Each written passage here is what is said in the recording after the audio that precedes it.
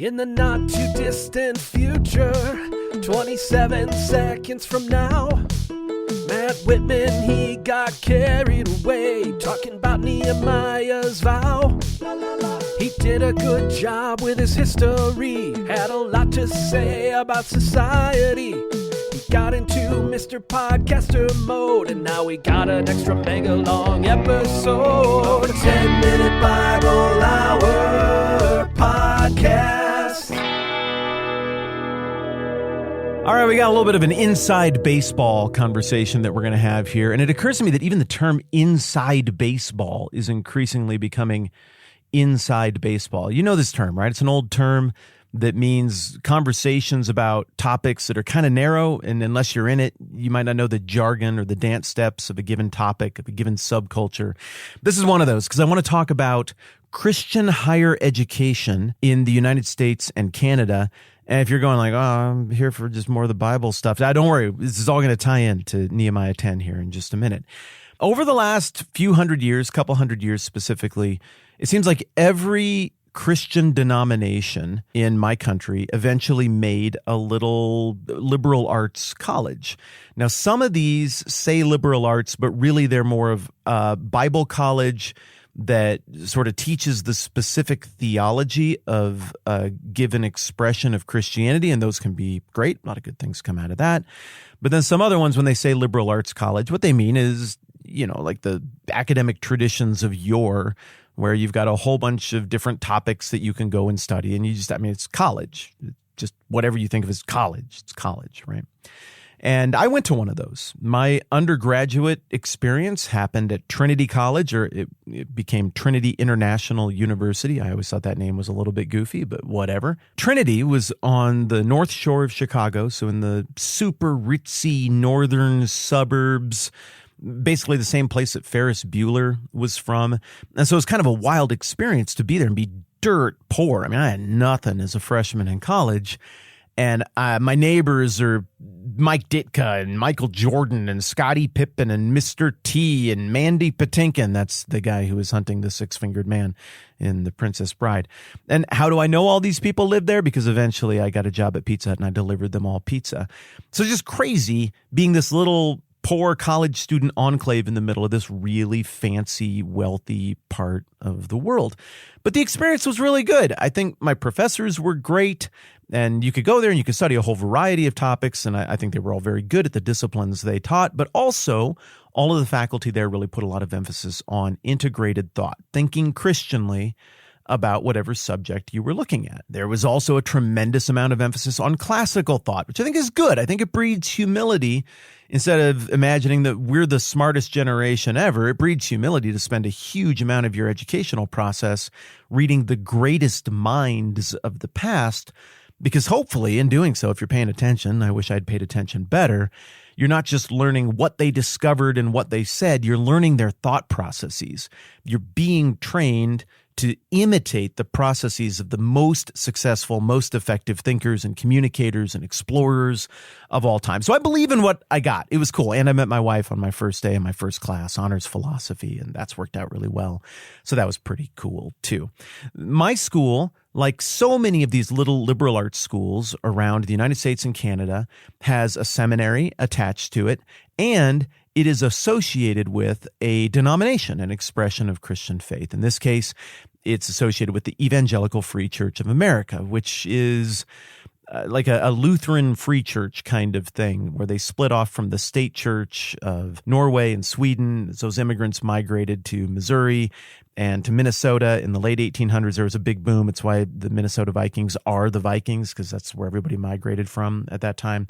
And they eventually became the Evangelical Free Church of America, and Trinity eventually became their college. Again, tons and tons of denominations have little schools with seminaries attached just like this. A seminary is where you go to get trained to either be a clergy person, a pastor, a priest, whatever, or to do academic Bible scholarship kind of stuff. Well, here's the crazy thing. My college this year went away.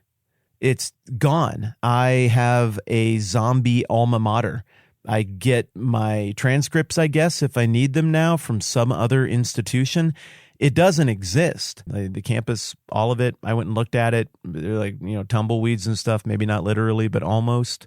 It's pretty wild to see this place. It was formative for so many people go away. And I think it's okay for me to use the adjective or adverb sadly when I talk about this, but sadly, the same thing is happening to a whole bunch of schools like this. Now, why?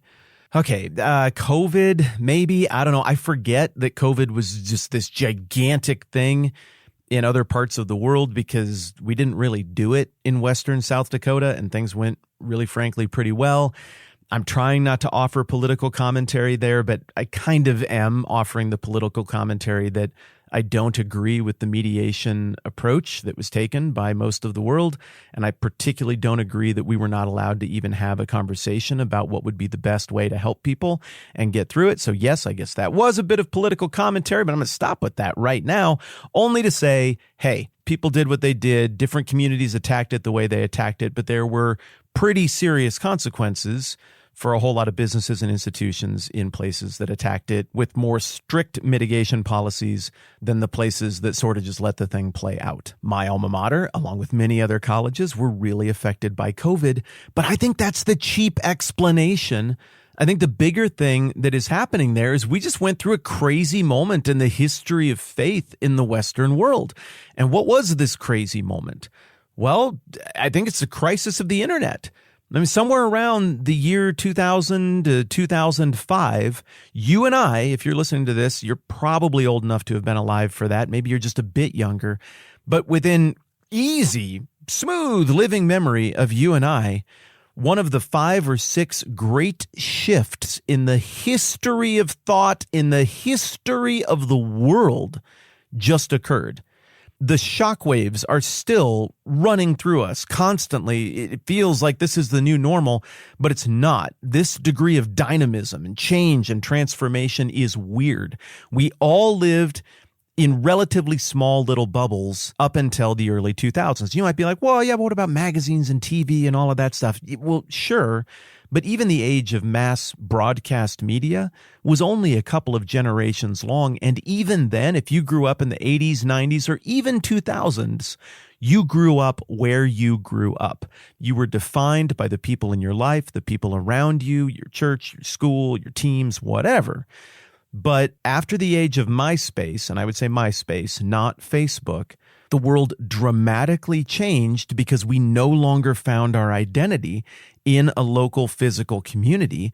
Our values, our ideas, our knowledge, our entertainment was being shaped in little virtual enclaves with other actual human beings, but not with other actual human beings that we saw and interacted with in all the ways that make a community robust and functional.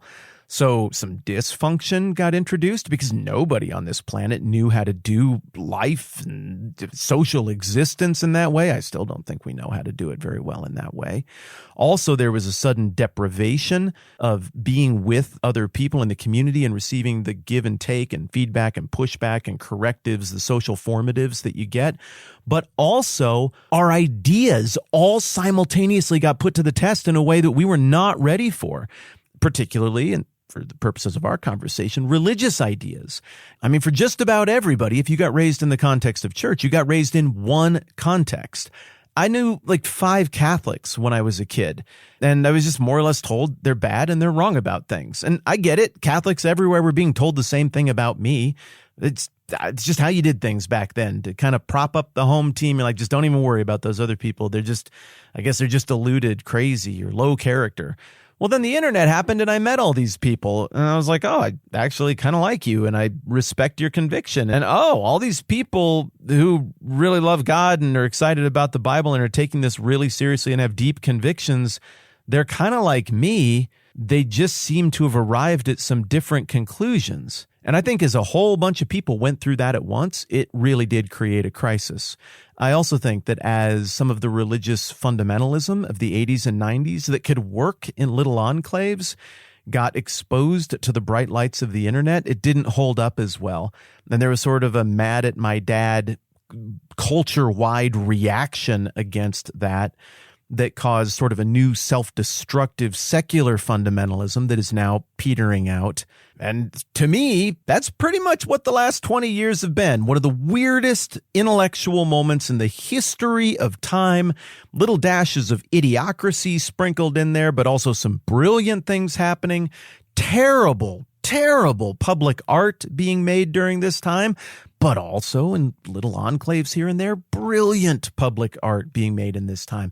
It's a very, very strange moment where science and faith are oddly, combatively pitted against each other, political division, very, very strange. Look, colleges like mine and seminaries have not done well during that time. They haven't had a sense of how to articulate what it is that they offer and why it would make sense to send your high school graduate to that kind of a college. The messaging has been awful. And I don't think it's just because they had bad people in their marketing department. It's because I don't think they really knew what their role was during this time. Maybe some institutions more than others. Well, whether you agree with my assessment or not, my college failed. And it's gone. And that's weird for me. And I'm surprised at how bothered and frustrated I am by that. Also, I think I'm gradually coming around to just accepting the reality of the moment.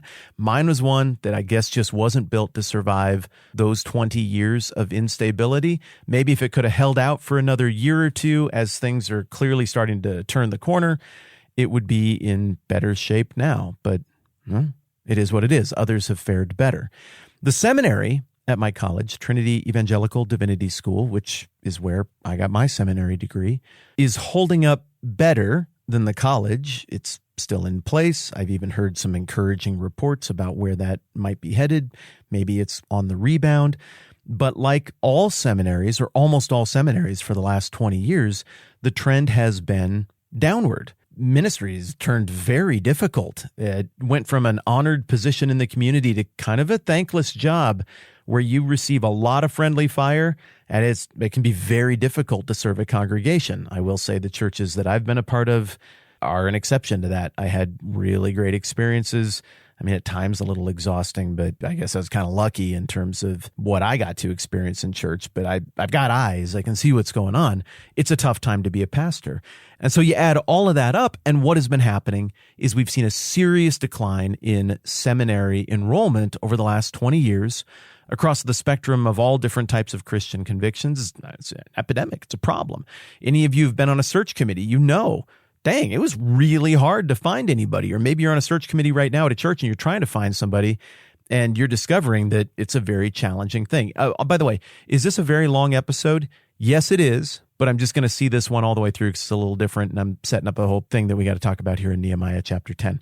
In a way, it's kind of like the bees thing from a while back where they kept saying like, they don't have any bees. There are fewer honeybees. You need the bees to pollinate stuff. And people who knew about this kind of thing with really no partisan agenda or anything were like, hey, it's weird that there aren't as many bees. Something's up. The lack of bees might be sort of a canary in the coal mine situation, or maybe something's going wrong. And maybe we need to change some stuff so we have bees when you want the bees. The same kind of thing is happening for people who watch the church. They're like, hey, there's a whole bunch of pastors who were trained in the 70s, 80s, 90s, even 2000s, and they're still working and serving congregations and articulating the values of the kingdom of Christ, and they're pretty well equipped to teach the Bible, and they're doing a really good job. But for each one who moves on to retirement or leaves the ministry, that's been an epidemic as well. People who are trained for this leaving ministry altogether to go and do other stuff. For each one that leaves, there's only like half a one to replace them. I'm kind of making up a ratio, but I don't think it's too far-fetched. And so the idea is that unless something changes, we're simply going to run out of people to do the priestly duties, the pastoral duties that are needed to make churches happen. Now, I know there's some of you listening who have either had a rough church situation or no church situation. Maybe you look at that and go, I don't know, would that be so bad? Church wasn't great for me. Or maybe there are others of you who are like, what do pastors even do? I mean, they get paid a decent living wage to talk for 35 minutes a week? That doesn't seem like much of a job at all. And I'm not even going to criticize you for seeing it that way. I mean, if you're outside looking in, it might look like that. But also, I'm going to stick up for the people who do this for a living. Oh, my friends, it is so much more than that. It is a job that requires a magnificent level of training to do well, but you don't get the prestige of being some sort of public academic or author or anything like that. You're in the trenches with people on their great days, sure, but also you're there for everybody's worst thing. You've got to figure out how to have a social and even spiritual, biblical communicating touch that is always alert, always present, always on for people, not just for their worst day because like they're acting like a jerk. I mean, that happens too. If you're in that role, you'll catch people on their meanest, jerkiest, I'm having a tough time right now day. But also you're going to be there for people's darkest tragedies and deepest hurt. You're going to consume a lot of the poison of the human experience for your congregation. And right now, in the last 20 years, people are trying to compensate for the decline in church with therapy. And God bless therapists. I'm grateful for what they do, but it is not the same. A pastor's role is much more complex. It's much more difficult, and it encompasses some of what a therapist does, but it is so much more. And if you don't know that and you haven't been around that, no hard feelings. It's okay. I understand how that wouldn't be immediately obvious to an outsider. But look, like, even if you're somebody who's like, I don't like organized religion, I don't trust church. Okay, cool. Like, I get it. That's a conversation we could definitely have. But what we have to admit is people have thought that was a good idea for all of human history. People have innately desired connection with their maker and connection with other people seeking connection with their maker. People have innately desired some sort of narrative or mechanism that transcends this world, that accounts for human suffering and human failure and regret, some sort of mechanism for atonement, a narrative that is more than just sort of a pop culture self-affirming notion of forgiveness, but one that actually has teeth and makes you feel like there actually might be atonement, that there might be purpose after failure and screwing things up. It's not just in Christianity. People everywhere on planet Earth have wanted that. And sure, priestly classes have been exploitative at times, and it's gotten weird and out of balance because there is power to be had and abused if people want to do it. But there's so much good and right that has come out of the historic Christian or Judeo-Christian role of priest and minister as well. And people rightly want it. They rightly yearn for what the church does, what the community of faith does. So it's kind of a, hey, where did all the pollinating honeybees go kind of crisis that we've been quietly observing here over the last 20 years as these numbers have declined, as pretty much every demographic has taken a downward turn in terms of belief, or at least until, as I'm recording this, a couple of years ago. That's where it gets interesting. This downward turn I'm talking about is in the West, but globally through this whole time, and since, just for ages, the global church has been on the rise. Belief in Jesus of Nazareth has not slowed down. On the rise, on the rise, on the rise. But it's in the West that we've seen these numbers in decline for a while, or at least until the last couple of years, where it's all changing. People aren't just responding to the message of Christ and the values of the kingdom. People across all demographics are responding to it in, frankly, a pretty traditional way, whether Catholic, Orthodox, Anglican, or general Protestant. Even a lot of the more recent iterations in terms of just the organization, the paperwork, whatever, the institution, even a lot of those seem to have a more traditional outlook on what they're doing in terms of worship and communication, and even just the expectation on the attendee of the church to know and to grow and to be discipled. And people are hungry for that. So this whole trend that we've been hearing about and repeating for so long, like, belief is on the decline, Christian belief is on the decline in the West, that would seem to be changing. It looks like all of those trend lines have reached the low inflection point and are rebounding. And you've heard forever, like, Gen Z, they're not into God or whatever. Well, apparently that's rebounding as well. And it's not just Christian researchers who are finding this. I'm seeing it across the spectrum. Well, along with that, we're seeing a rebound in seminary attendance. And for the first time, I've been seeing articles here in the last year or so where there's an indication that the decline in seminary enrollment is hitting that low inflection point and rebounding somewhere within basically a year of when I'm recording this. And even though I like to keep episodes evergreen, I am recording this in the summer of 2024, looking at data from the winter of 2023-2024. For example, right here, I've got the Association of Theological Schools, the Commission on Accrediting. I've got their report on seminary enrollment that dates back to 1990. And the trends have been bad, as I've said, for a really long time, but all of a sudden they're leveling out. And 18 different schools that they track are actually experiencing significant enrollment growth over the last 5 years.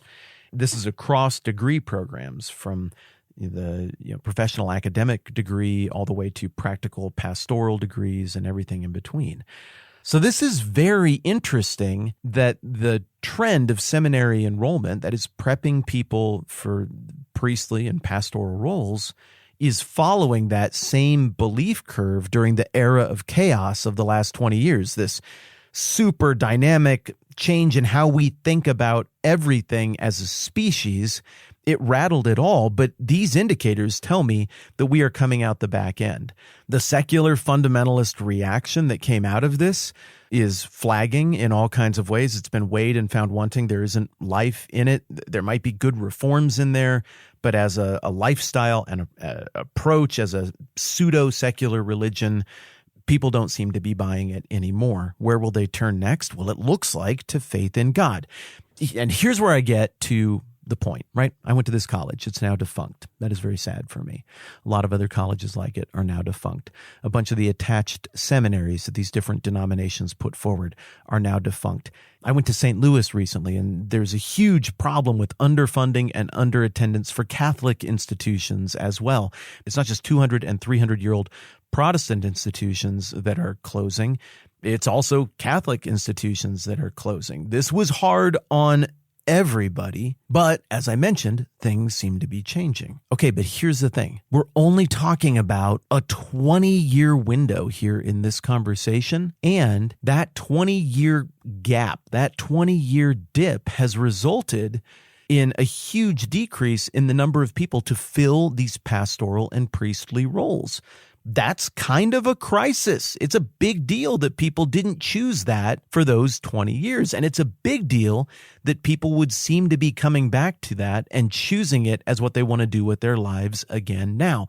It only took one generation of not having a plan for Christians in the West. One generation, not even a full generation, 20 years, 2 decades of not having a plan to see a pastoral priestly crisis emerge. You have to have a plan to keep moving people through this very complex training that it takes to truly do this kind of work well and truly minister to people. I'm not talking about hand a guy a microphone who's very charismatic and have him say the same thing 4 or 5 times in a row with, kind of go to the well sermons. Like, there are guys like that, and I'm really appreciative of those guys. But at some point, this is a life of the mind kind of task where you're dealing with a huge ancient document and a whole bunch of Christian thought that stacks on top of that. It's a hard job. There's a lot that goes into it. I don't think there's any shame or downside to admitting that it takes a decent amount of training to get a person ready to do this well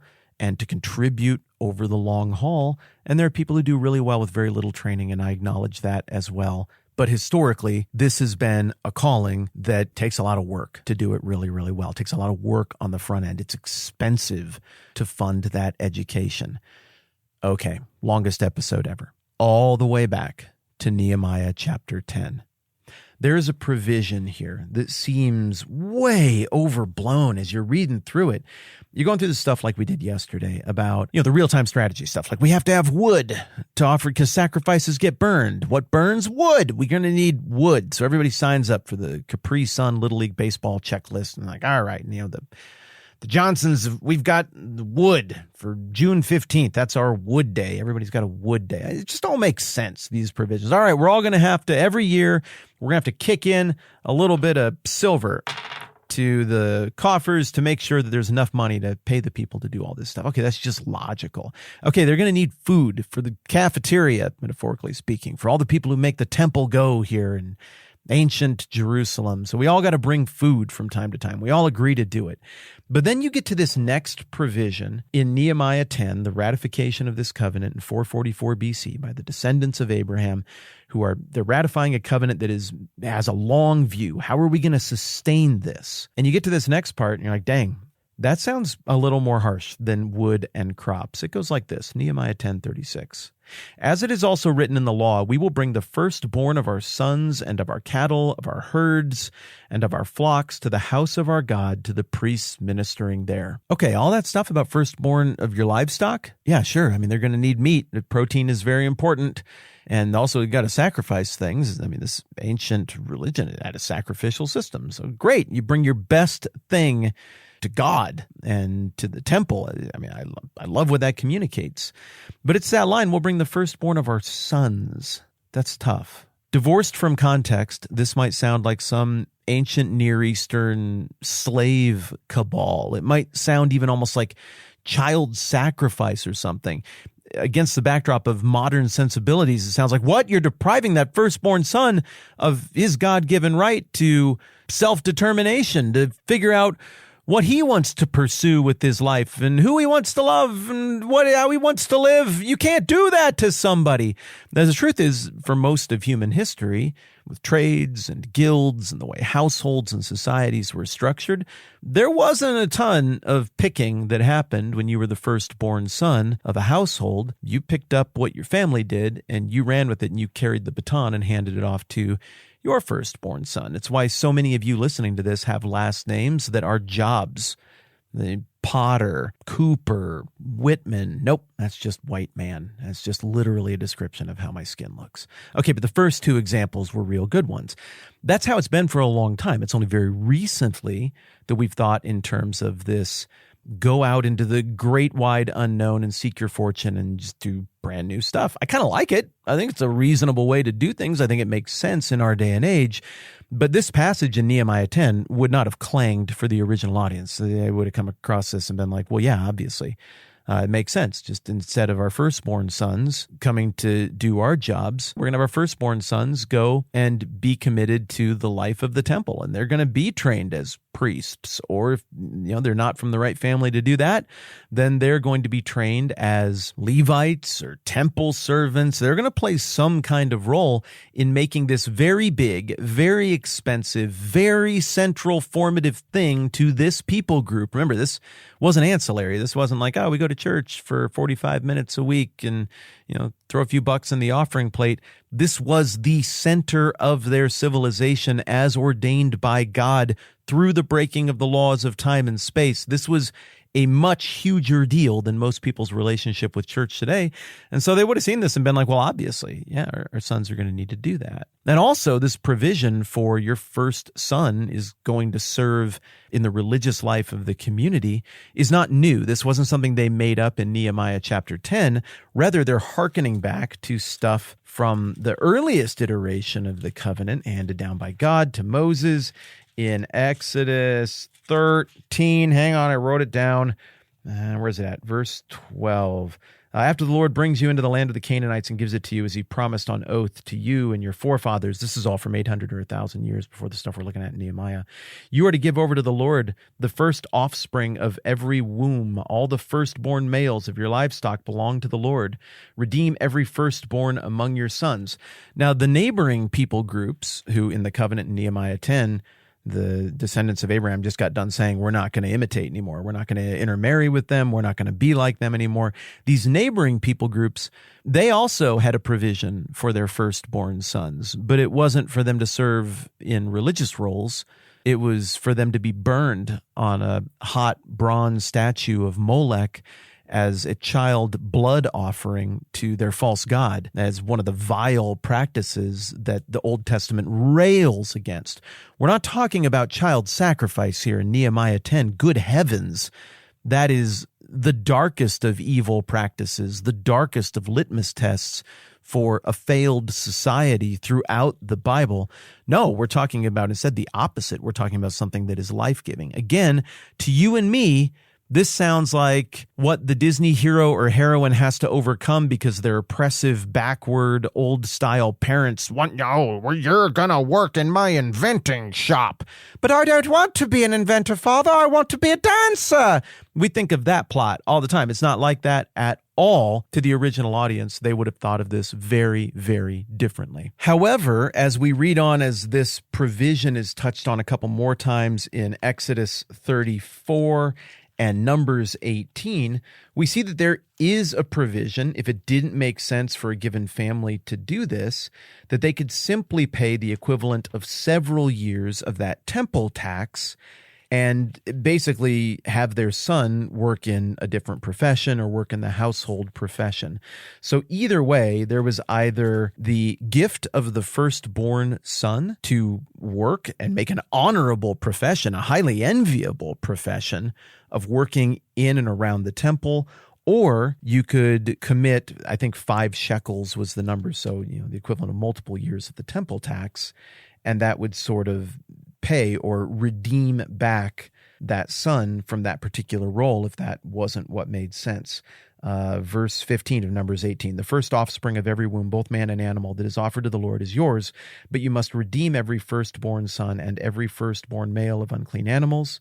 When they are a month old, you must redeem them at the redemption price set at 5 shekels of silver, according to the sanctuary shekel, which weighs 20 gerahs." So 5 shekels at the time of Nehemiah chapter 10 would be 30 times the annual temple tax, or about 2 troy ounces of silver, the equivalent of $60-ish USD today. So it was significantly more than you would pay for just a regular temple tax. But this was the provision that was built in, and this is where the whole thing comes full circle on this mega episode that I know is weird. Thank you for indulging this.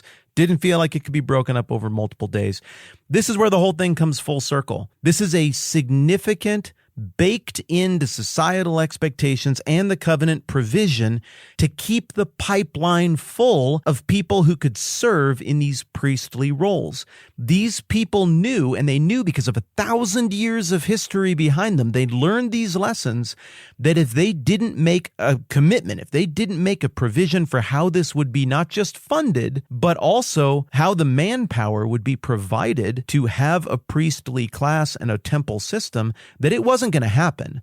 It was going to fade. There would be the best of intentions, but if there's nobody who knows how to do the role, or society can't afford to train people to be good at the role, that not just the temple is going to fall into disrepair, but the people are going to fall into disrepair.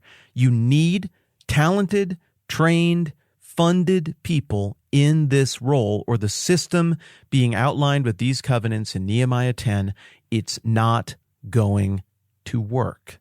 And if they don't make provisions for this and plans for this, if they don't future-proof this problem, they're going to be right back where they were at the beginning of Nehemiah chapter 1, when Nehemiah gets the visit and finds out that it isn't just the walls that are in disrepair, but the people are in disarray.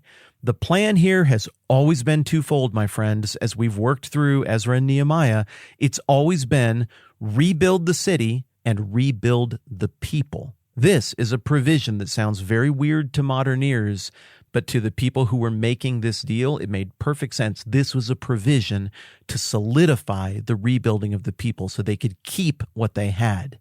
And as you and I have just learned over the last 2 decades, just 2 measly decades, this is a very fragile thing. And if there isn't a plan, it can quickly start to unravel. Now, mercifully, I don't think it's unraveled for us. Mercifully, I think what happened was maybe some kind of big, weird purge of soft, lazy, bloated institutions. I'm not saying that my alma mater was necessarily one of those. Oh boy, did that sound mean. I'm not bitter or anything. But sometimes there are institutions and there are things that just maybe need to go away. They're not very effective anymore. Sometimes there are ideas that just need to go downstream and they don't work anymore, but nobody will ever divorce themselves from them. It takes a lot of institutional courage to do that. And sometimes things just have to fail. so that they can be what they need to be now in the new version of them. That is what I think is happening in the Christian world right now, in the world in general right now. I think we are seeing the beginning of a massive resurgence of faith, and I don't think it's going to look like the 1980s and 1990s. I think it's going to look like a very new and different thing, and honestly, I think you and I are kind of part of it right now with this whole thing that we're doing and with the silly stickers you have stuck on your computers and water bottles.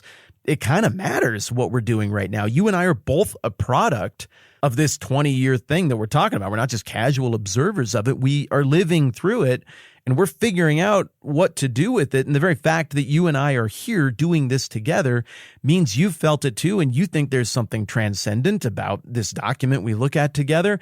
You think that there is something historically unique about the person of Jesus Christ and about the claims surrounding Jesus, about the claims of his resurrection, and about the values of his kingdom, or you wouldn't be here. You wouldn't be putting your time into it.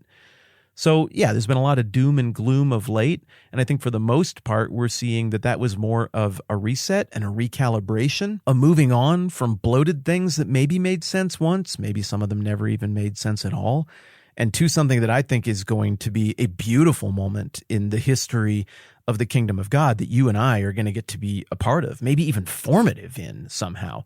So, turning over all my cards here, I'm frankly enormously optimistic about where people are headed, where the world is headed in terms of belief and hope in Christ. And it's why I have an endless appetite for this. I think it's real and it's true.